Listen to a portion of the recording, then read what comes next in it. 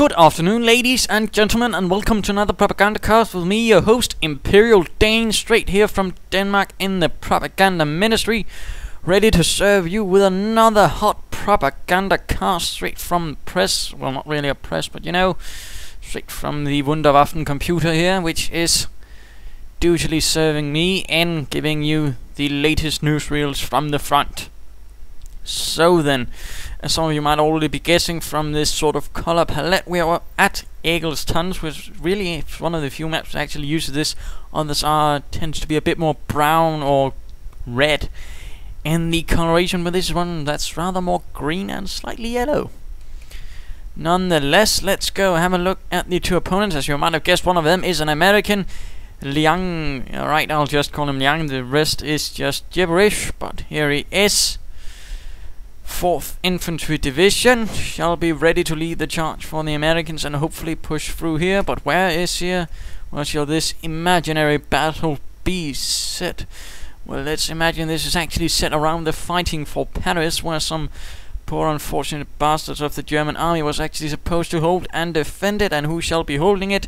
It shall be Ronniethebear of Kampfgruppe Bear. Sounds very cheerful. So there you go, Kampfgruppe Bear, organizing from whatever security divisions and whatever remnants that can be scraped together and thrusting them against the American forces in an attempt to hold them at the outskirts of Paris, the city of lights. So then, let's get straight to it. I don't believe Egletons will be needing much of an introduction since we already know the layout of it. Western part rather heavy on the fuel and all the resources, the eastern part heavy on the open terrain and the victory points. To sort of simplify it, and right through the middle we of course have a nice winding road to sort of a reverse Angerville. Of course, to notice all the buildings in the west, of course providing partly cover and of course places for machine guns to be ably set up, but also a lot of blocking lines, blind spots and all that, as units can sneak through here. In fact, there's also a bit up here where you can in fact also sneak further around the back of the police stations, and of course the police is no longer here. So keep in mind this is actually a pretty good spot for actually if you want some larger range infiltration, since it's a lot harder to actually defend and set up one cohesive line of defenses, whereas here the open terrain it's actually going to be probably a bit better with bunkers and heavy machine guns and anti-tank guns. So of course keep that in mind. But the pioneers are in fact going heavily for the west. Volksgrenadieren joining in. Not actual Volksgrenadiers, but one could actually imagine they are Sicherungstruppen, security troops scraped together for this purpose. Probably not quite what they had in mind when they had signed up, but such is life. And we are seeing riflemen coming out from Captain Liang, marching forwards. Also a heavy focus on the west. Again, this does tend to be the sort of hotspot of the map. This bit less so. But usually what you get with such points here with lots of buildings, lots of heavy cover, you're most likely to see people take up fighting positions here. Riflemen getting in there, setting up positions in the house, not a bad idea. Opening up from the windows, and the Volksgrenadiers responding in kind, although the Volksgrenadiers do have the slight advantage since they're supposed to be 5 while the riflemen are supposed to be 6, so of course less firepower from them. In particular if their squad leader is firing out the window, but apparently... no, wait, there he is. Firing away with his carbine, certainly going to give the Wehrmacht the slight advantage here, perhaps. But then again, there might not be an advantage. There we go. Squad leader's in fact killed, though. Volksgrenadier goes down. Further, a heavy machine gun marching in to support. Further riflemen marching in might in fact take up a flanking position on these Volksgrenadiers. Slight engagement here between engineers and pioneers. Looks like the engineers are getting torn apart by the pioneers' MP40s, while riflemen are charging in without remorse. Getting up close to the Volksgrenadiers. Volksgrenadiers are not looking too happy. MG42 taking up in a rather rearward position, not taking up positions in the house, instead setting up here, perhaps hoping to lure in the Americans. But then again, if the Americans set up in that building, it's going to be a bit for naught, and that MG42 is going to be a lot more exposed. Riflemen setting up position in the western part of the building. Of course, only 2 windows there, so a good spot. MG42 might set up. Again, continue setting up further and further back. Riflemen taking up positions in the house. Good position there, in fact. Going to prevent the MG42 from moving in. And now these pioneers might run into some riflemen. The riflemen are quite keen on showing them their rifle collection. The pioneers not looking too happy about that, trying perhaps to do a bit of harassment, but they are behind enemy lines. And the Americans are quite nastily armed and ready to put a stop to that silly business. Further Volksgrenadiers hitting the field. And looks like these pioneers might be forced to run a very, very dangerous gauntlet right through American lines, but looks like both will be making it, or no. We shall have to see. Looks like the Volksgrenadiers are acting as a diversionary measure, allowing the pioneers to get back there. Further Volksgrenadiers marching in, going to launch an assault on this house, taking up positions behind the bushes and some small pine trees. I'm not entirely sure that will do them much good, but there we go. One rifleman flying out the window, landing upon the apparently firewood there, breaking his back if he wasn't already dead. And another flies out the windows. My goodness, that is absolutely slapstick comedy there, except people are actually dying. And further riflemen are marching out, perhaps hoping to take up positions in the house again. Volksgrenadiers rushing to the house. Who shall get this structure? Will it be the Volksgrenadiers or will it be the American riflemen? Looks like it was the Volksgrenadiers who made it. Volksgrenadiers now opening up. MG42 joining in for a bit of fun as well. My goodness, then again, a single grenade in there had that a bit earlier could have done quite a bit of damage. Flamethrowers getting up, but the MG42 quickly puts a stop to that flamethrower nonsense. Quickly tearing apart the engineers. The last one not making it out. Engineer team lost in seconds. That's certainly unfortunate. Riflemen moving in from the west might flank. Certainly looking alright for them. Marching about the house. Volksgrenadiers moving in to sort of clear things out there. One MG42 gunners down. Volksgrenadier as well goes down. MG42 blasts away at the rifleman, but the rifleman make it around the corner, and the MG42 will be forced to set up in another position. Pioneers and engineers walking past each other. Further riflemen getting ready, marching out. No replacement engineers, it looks like, though. And these riflemen are looking a bit exposed now. Volksgrenadiers firing away, but the Volksgrenadiers themselves have taken some losses. And these riflemen are certainly able to take quite a bit of attention from the Wehrmacht. Sniper now on the field, Sniper König. Quite a bit of forces. Volksgrenadiers taking up positions in this building, leaving those riflemen stranded outside. And pioneers and engineers exchanging fire in the east. MG42 getting these riflemen out in the open. And looks like we have grenades research flying into the buildings, killing a few Volksgrenadiers, perhaps at least doing a bit of damage. This is certainly a bit of a rarer thing you actually see, despite the fact that the grenades has been buffed for the riflemen, and that is accuracy more precisely, since previously they had a tendency of not really hitting the target, which left a lot of American commanders less than keen on using it. But now it's actually a pretty accurate weapon, and in fact the damage it can do now is a lot more vicious. There we go, grenade being flung at those Volksgrenadiers. Where they make it out there? Oh dear, 2 Volksgrenadiers lost in an explosion. All Volksgrenadiers are in fact forced to retreat. This sniper though will prove to be quite the lethal nuisance with his scoped Gewehr 43. Riflemen taking quite a bit of fire, but so is the sniper standing out right there. Of course, also note the setting up positions in the building will also give you increased line of sight. So that's of course also nice, and in fact allows this building, for example, to spot. And of course also makes it a slightly better position. Jeep on the move though, hoping to wheedle out this little sniper, spotting him in fact. And what does the sniper do? He takes up positions in the building, since the light LMG can't actually hit him so well inside there. So good show there from the Jeep. And we are seeing another MG42 setting up. And the entire eastern part of the map looks rather open. So for example, if some engineers were to be a bit intrepid at setup positions there, could be good. Riflemen march again, taking quite a bit of fire. Jeep firing from the west. Grenades being flung into the building. And the MG42 is lost, my goodness. And the sniper is exposed as well. But Volksgrenadiers are to the rescue. Might fire off some Panzerfaust. Will they fire off the dreaded Panzerfaust? And there we go. Catching it on fire and crashing it right into a small tree. Riflemen trying to advance on the MG42, killing one but not able to fling any grenades at it, which could certainly have turned the tide, completely broken the Wehrmacht stranglehold on this point. But the Americans are certainly keeping up the pressure with riflemen and grenades. But I think some further movements here in these might be a bit better. And in fact, let's go have a look at Mr. Liang and see how he is looking. Rather dandy, getting some engineers, certainly looking in a spot to get either the weapon support center or perhaps the supply yard, and perhaps getting something a bit bigger, perhaps some armored cars. There we go, in fact, supply yard.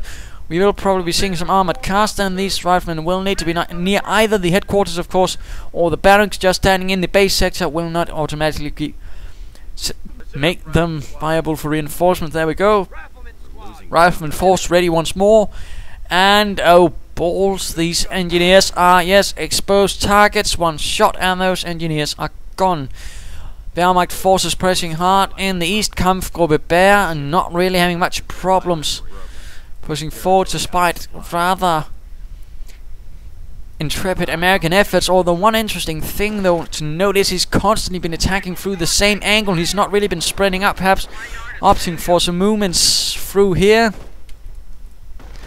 Instead, he's sort of been attacking from the same angle, and again, you really don't want to be doing that constantly, but now looks like he might actually be trying to attack from numerous angles, thus ensuring that things are going to be a lot more dangerous, in particular since, of course, he does have the grenade, and one grenade at the right spot can make all the difference.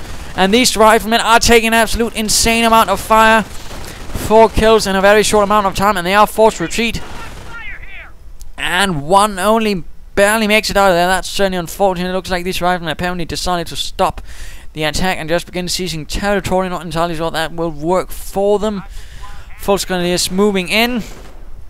MG42 on the spot, and we are also seeing a Pack 38 rifleman opening up. The Pack 38 by this time not really being the standard gun, but still there were plenty of them, and they were still somewhat effective, and were for the most part handed out to less strong divisions that weren't really expected to fight the heavier tanks, like say a security division and other things, and were generally also handed out when there was nothing else to be given. In some cases, converted Russian anti-tank guns were also equipped for some of the divisions in Normandy, I believe. In fact, a lot of divisions had a combination of French, Russian and Czechoslovakian equipment in some cases when it came to artillery and anti-tank guns. And I think in some cases machine guns as well. Sniper sniping around. Grenade right into the church, killing a few of the Volksgrenadieren. Good job there from Rifleman. Sniper though continuing his job, running up the stairs. Sniper Stairmaster. Rifleman though heavily damaged. Really need to get those back as well. Good job. Engineers looking to head into the east, and we are seeing a T-17 on the way, although this pack might put a stop to any dreams of mechanized superiority. And engineers getting suppressed right away. Not looking good, and really looks like the American seems to be stuck in a rut, constantly attacking in the same position, perhaps not really opting really much for the harassment bit and the attacking from all angles bit, which is really one of the stronger parts for the Americans. Either that or getting a mortar would also have been quite nasty, and for example wheeling out those more MGs from those buildings, and of course keeping the pressure on the Wehrmacht positions as infantry slowly advances. But sadly neither seems to be the case. He's sort of going for the middle ground, just throwing infantry at the enemy defenses. T-17 now joining in the fun. Pack opening up. What does he do? Does he retreat? No, he uses the building for cover, and this is why, for example, in these situations, packs can be a lot harder to use. So just get that T-17 behind a building, and that pack is going to have a lot harder time actually putting up any sort of firepower. And now this machine gun is forced to retreat. T-17 though not looking too good. And it's knocked out though due to the combination of a Panzerfaust and another shot from the pack. Engineers getting sniped. Riflemen charging in, but without fear of the MG42. They might have the advantage there. Sniper though still being a bastard and a pain in the ass. Second MG2 from the church firing away. Sniper getting out of there. And oh dear, this pack is looking rather dreadfully exposed. Might be cleared out. These Volksgrenadiers might as well. Veterancy 2 up for the Volksgrenadiers, and one is wounded on the doorstep. His comrades unable or unwilling to pull him into safety. What bastards. And we are seeing some artillery being called in. Oh goodness gracious, that was certainly quick. And what shall be the situation? A few Americans killed and a pioneer team killed. My goodness, he needs to be careful with that artillery not scorching his own men. And looks like an MG42 was in fact lost on the retreat, and this pack is awfully damaged as well. Kampfgruppe Bear has certainly suffered quite a bit here, but so have the Americans, and they aren't really able to push the advantage. But another T-17 to the rescue might turn the tide, or at least force the Germans a bit more back on the back foot now that they are, of course, lacking and a lot of support units. In fact, he doesn't really have a lot of infantry. In fact, that's a bit of a wrong move. Let's go have a look. In fact, only one Volksgrenadier team and 3 MG teams. That's... I think that's going a bit too far.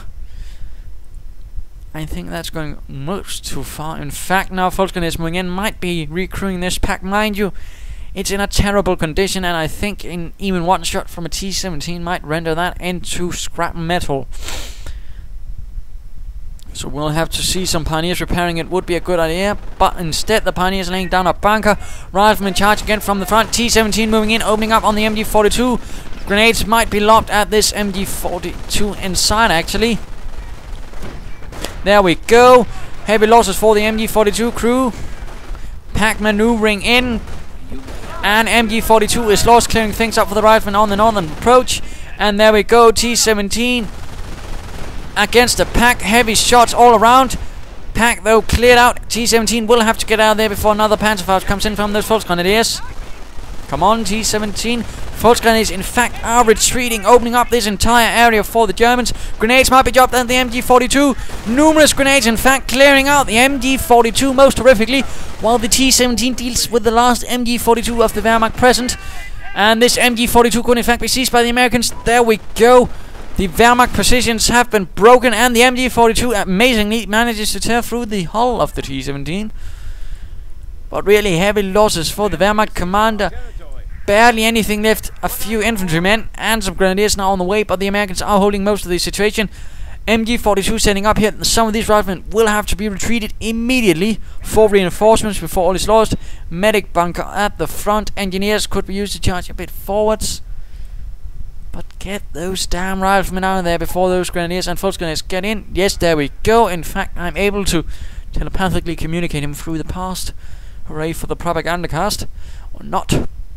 And we're now seeing a medic station on opposite side, so rather sort of mirroring of the things here. Medic station MG, medic station, or bunker station, well, mostly same thing. And these grenadiers might be caught out in the open by the MG-42. Or the MG-42 might be a bit slow in setting up. Pioneers, though, getting scorched, and now grenadiers dropping a grenade on the engineers. Engineers, though, make it out of there. No, they don't. They do not make it out of there, and for some reason, there we go, finally setting up, catching all the German infantry out in the open. That's what you call terrible luck. And riflemen pressing out towards the east. These other chaps are getting reinforced. Grenadiers and Volksgrenadiers getting torn apart. Grenade flying in, and oh dear, that was quite horrific. The German MG-42, so heroically seized by the riflemen, has been rendered useless by a single grenade from those dashing grenadiers of the Kampfgruppe. And now once more pressing forwards. Whatever small advantage Liang had seized has now been lost. The engineers not really able to fortify this position, making things easier for this MG. For example, some barbed wire here could really have made a difference, but such it was not meant to be. Now riflemen are once more charging forwards, and a fresh pack advancing forwards. Will there be any BARs for the American commander? In fact, I do believe we are halfway through the game. So let's analyze the situation a bit. Currently, the Americans are in fact holding most of the map, rather interestingly, having forced a bit back here the Germans in the west, and also seizing the entire unheld east. Now with the riflemen as well, although currently if he could move those riflemen in towards the west and get the drop on all of these forces, he might in fact be able to land a rather devastating blow on Ronniethebear's Kampfgruppe. But of course that is entirely up to him, although these riflemen are certainly getting torn apart by this MG-42 out on the open road. Again, so perhaps some sort of force to deal with this, while the main force moving in would also have been good. For example, grenade right through the church windows. Let's not get caught up in that. Currently things are not looking good for the Kampfgruppe. Not a lot of infantry, a lot of support units have in fact been lost, while for Mr. Liang, losses have not been really that great. Most have in fact been able to just be reinforced and then thrown back into the fight. Mostly have been engineers, not larger units. But now with grenadiers and a medic bunker and some veterans too, things could slowly turn if he's able to hold the pressure for at least some while. If he is able to, for example, also keep that MG-42 safe, perhaps get some mines down, perhaps get some heavier support in. Although he's going to need some more infantry, some more grenadiers. But if he can push through here, survive the storm, and perhaps also push up through here, he might be able to survive. But what for Mr. Liang? What does Liang need? In fact, let's go have a look at Liang. Liang needs some more firepower, and there we go, getting BARs. He needs to knock out that MG42. He needs to flank through here and attack through here, knocking that out. And he needs to knock out that strong point while he still can do it with some ease. But he also needs to keep up the pressure here, basically pen in the Wehrmacht player, give him the least amount of resources possible. Might also be an idea to cut him off from this fuel. And let us return to the fighting. But I would just like to comment, good placing of the medic bunker close to the front, but the building opposite is cover, meaning it's less exposed. Same here, it's a good placement of either. Grenades being thrown at the Americans, and the Americans enter full retreat. These ones are continuing to harass the east, and Grenadiers marching forwards most swiftly. Volksgrenadiers not there, but apparently set up in this building, but are now getting out as well. Hip hip huzzah. Riflemen getting ready, and we are also seeing a triage sensor, always a good upgrade, heals your infantry basically, so that can really also make a difference in the long run. Basically anything that decreases attrition is good in the long run. Of course, attrition basically means any loss, whether they be lying around dead or wounded on the field, basically anything that's lost from his teams. Of course, medic stations and medic bunkers can be used to decrease the rate of attrition, so of course they can be quite useful in helping you survive in the longer term if placed properly. Although it looks like this medic station is in an awful lot of trouble. And I'm seeing another MG42 up in this building. I cannot see. I seem to be getting a report. No, it's just that medic bunker, which on the minimap is making it look like it's been taken. Riflemen charging in here, avoiding the MG42. Good job there. Going in for that hack. Also good job. Right, grenadiers though marching in from both sides. Grenades might be thrown here and there. No, grenades are instead being thrown into the ditches where the Americans are. But the Americans are throwing counter grenades, but they chose a bit too poorly. You should not throw grenade at a moving team. Instead, wait till they've sort of chosen where they want to be, and then throw the grenade. In particular here, for example, could have been a really good spot for a grenade, and this rifleman team might still do it. Will they do it? Will they do it? A single pineapple grenade could really do some terrible damage to the Kampfgruppe Bear. Will it happen, or will the German infantry survive? No, there we go, a grenade. In fact, killing the grenade thrower, but grenades are still thrown at the Americans. Riflemen lost. German medics pulling in, while the American medics are doing the same. Looks like another grenadier team will in fact be getting out very soon. BARs look to be ready, and there we go. Also getting a mortar to really put in the pressure. In fact, rather interestingly, we've seen very little beyond infantry in this match. A few T-17, but that's it. Although this medic station looks like it's going to be lost very soon. Engineers could you do with a bit of moving in. Then again, that mortar could turn the tide if used properly. Grenadiers now putting siege to this house where a Veterans 1 rifleman team is up. And my goodness, he cancelled the BAR. Oh dear, that could really have been helpful against all of these grenadiers. Really? Oh dear, oh dear. Riflemen holding out most desperately with Veterans 1. Mortar on the field though. 6 centimeter, and apparently it's out of range. Where is it? No, it's not. In fact, managing a very nice set of kills. 4 kills with 1 hit.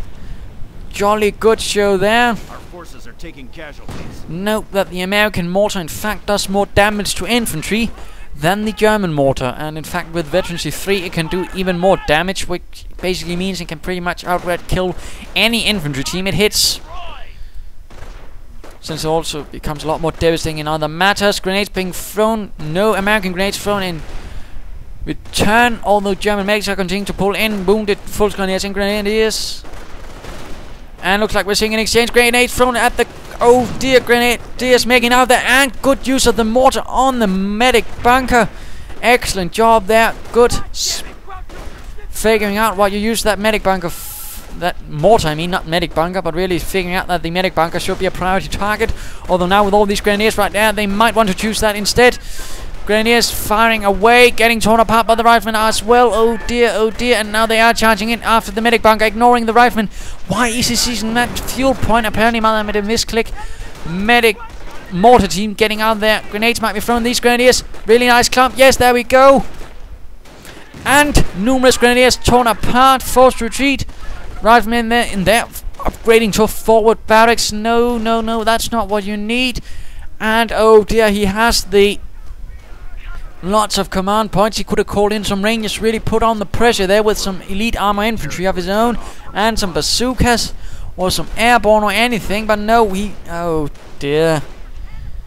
I do believe that was rather of a misstep on his behalf, and that might actually cost him the battle, since that's actually a bit of an expensive upgrade for a building.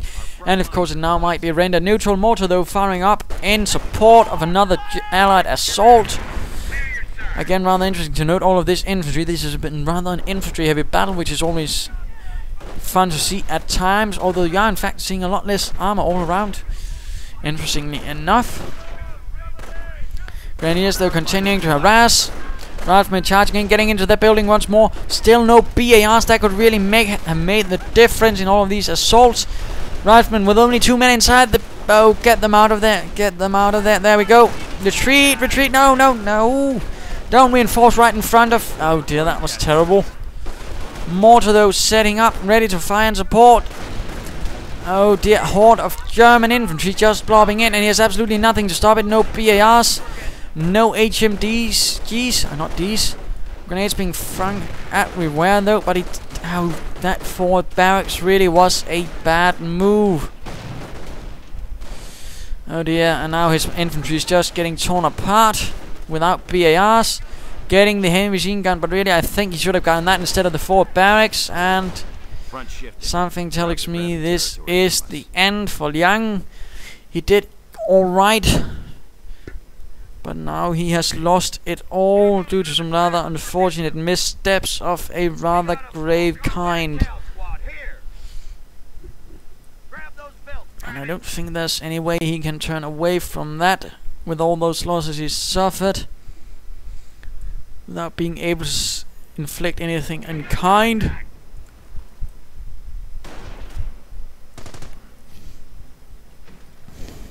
But let us see if he's able to do anything interesting though. Grenadiers waiting in nice defensive position right here alongside this side.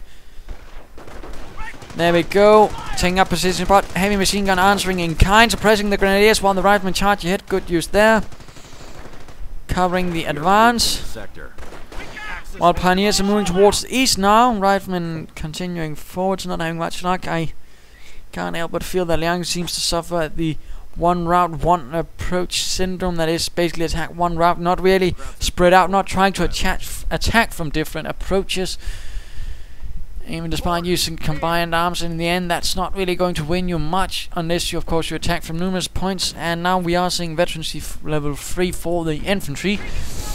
Mortar rounds now landing on the American heavy machine gun team. Oh dear. And MG42s opening up from the parapet. Grenadiers moving in from the west and the east. Lots of German infantry ready to tear apart those Yankees.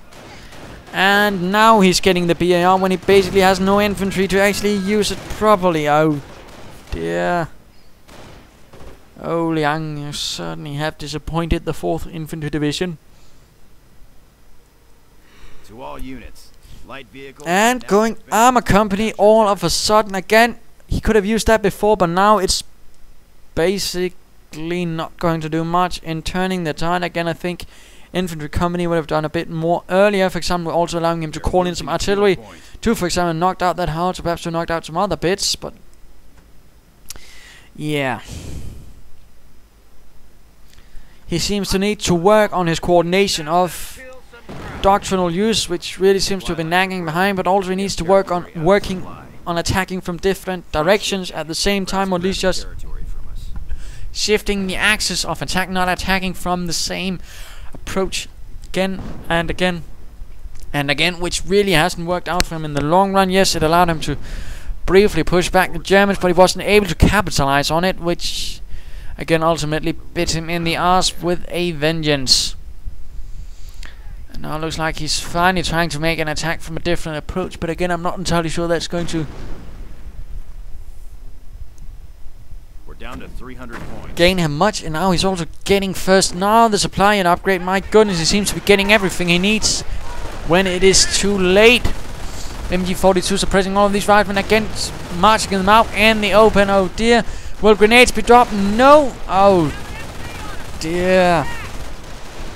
Oh dear, oh dear. He was doing so well. So very, very well. And now everything just seems to be falling apart.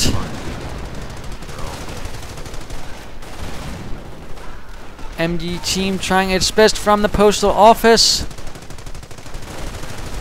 But there just seems to be no luck for the American force, and I doubt this Calliope will be doing much. Perhaps a Pershing might have been able to actually do quite a bit since there's only one pack. But the Calliope, I don't think, will be able to turn the tide in favor of the American forces. That would be my simple assessment, yet he gets it. With the rocket battery and everything, and of course the unfunctional main gun, since due to recoil it would in fact have knocked out the entire rocket battery on top. And firing away, blasting away, hitting and not doing an awful lot of damage since the parapet. Oh, there we go, knocking out the mortar team and some grenadiers. We have territory cut off. But he doesn't have anything to follow up on that artillery attack. That's generally also something you want to do. You want to have infantry quickly following up on an artillery attack. Generally, that's usually the best sense, since then that is when the enemy will be the most disorganized. Yet he's actually giving him time to organize the defense quickly again and set up. But again, he's not doing it. He's instead going elsewhere. Not. Oh dear.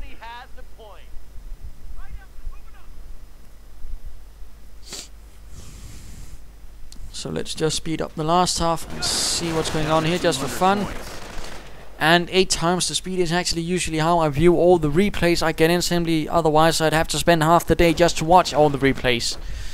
So I'd rather do things swiftly, keeping note of things, and that's generally how I watch replays. And then of course I choose whatever replays I feel, for example, contain some interesting fights or some points of interest, or just a feel of fun in some aspect or another. Of course, also depending on certain things like that variety. Again, for example, if I'm getting a lot of replays with basically the same thing, I'm probably not going to be choosing any of them, because, well, again, I might choose something which we haven't seen so much of. For example, in this case, an American going straight for the grenades right from the beginning, but sadly he wasn't able to capitalize on it properly, which I feel was really his mistake. For example, he threw grenades at moving infantry instead of waiting for them to actually stand still, then throw the grenade or throw it into the suspected path, and of course then do quite a bit of damage.